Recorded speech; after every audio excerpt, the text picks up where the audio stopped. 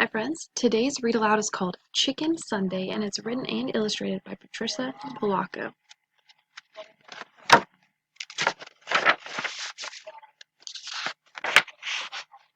Stuart and Winston were my neighbors. They were my brothers by a solemn ceremony we had performed in their backyard one summer. They weren't the same religion as I was. They were Baptists. Their grandma, Eula May Walker, was my grandma now. My babushka had died 2 summers before.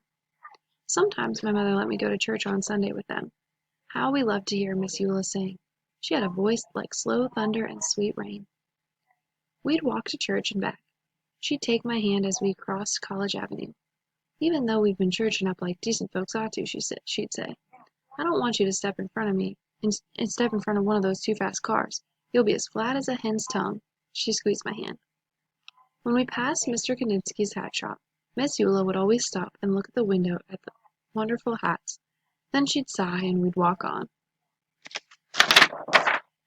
We called those Sundays Chicken Sundays because Miss Eula almost always had fried chicken for dinner. There'd be collard greens with bacon, a big pot of Hoppin' John corn on the cob, and fried spoon bread. One Sunday at the table we watched her paper fan flutter back and forth, pulling moist chicken fried air along with it. She took a deep breath. Her skin glowed as she smiled. Then she told us something we already knew. "That Easter bonnet in Mr. Kandinsky's window is the most beautiful I ever did see," she said thoughtfully.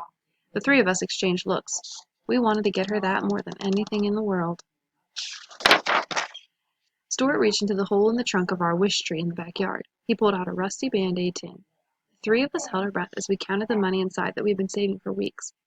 "If we're going to get that hat for Miss Eula in time for Easter, we're going to need a lot more than this," I announced. "Maybe we should ask Mr. Kandinsky if we could sweep up his shop or something to earn the rest of the money," Stuart said. "I don't know," Winnie said fearfully. "He's such a strange old man. He never smiles at anyone. He always looks so mean." We all agreed that it was worth a try anyway. The next day we took a shortcut down the alley in back of the hat shop. Bigger boys were there. They were yelling. Eggs flew past us and pelted Mr. Kandinsky's back door. Just as the boys ran away, the door flew open. Mr. Kandinsky glared at us. "You there," he yelled. "Why do you kids do things like that?"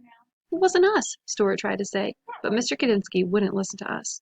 "All I want to do is live my life in peace. I'm calling your grandmother," he shouted as he wagged his finger in Stuart's face. Miss Eula was waiting in her living room for us. "Miss Eula, we didn't throw those eggs," I sobbed. "Some big boys did," Stuart sputtered.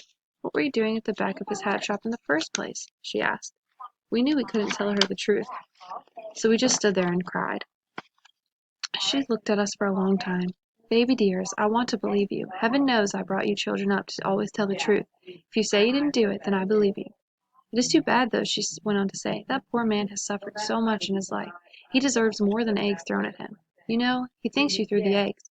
You'll have to show him that you are good people. You'll have to change his mind somehow." In my kitchen the next day we thought and thought. "How can we win him over when he thinks that we threw those eggs?" Stuart asked. "He doesn't even like us," Winston chirped. "Eggs," I said quietly. "Eggs?" Stuart asked. "Eggs!" I screamed. I went to the kitchen drawer and took out a lump of beeswax, a candle, a small funnel with a wooden handle, and some packets of yellow, red, and black dye. Mom helped me show the boys how to decorate the eggs the way my bubby had taught us, the way they do in the old country. We made designs on the eggshells with hot wax, then dyed them, and finally melted the wax patterns off.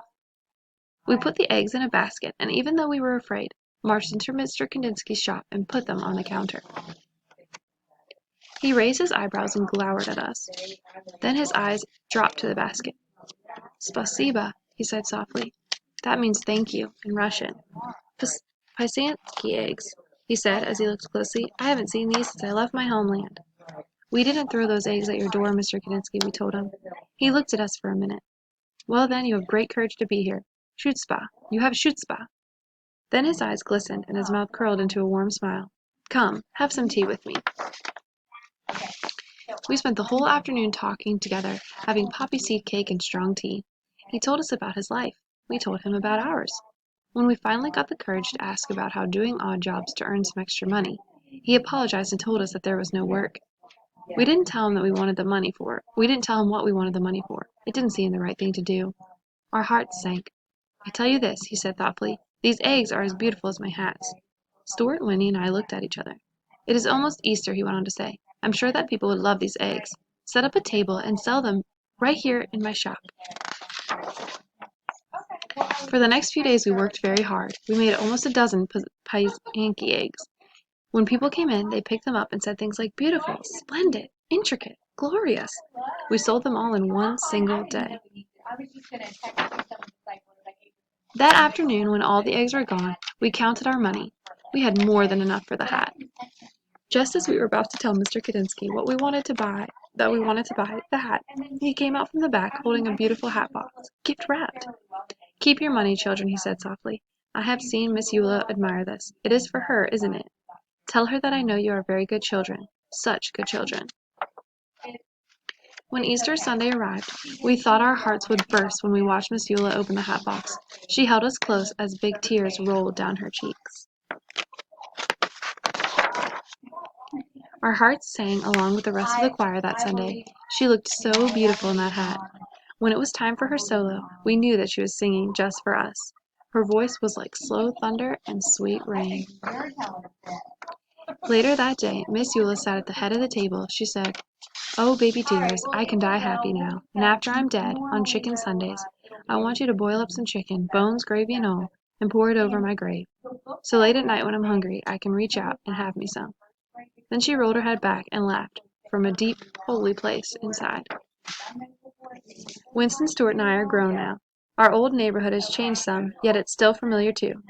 The freeway rumbles over the spot where Mr. Kadinsky's shop once stood. I think of him often and his glorious hats.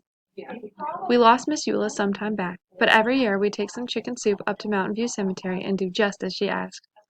Sometimes, when we are especially quiet inside, we can hear singing, a voice that sounds like slow thunder and sweet rain. Hope you enjoyed Chicken Sunday. Have a great rest of your day, friends.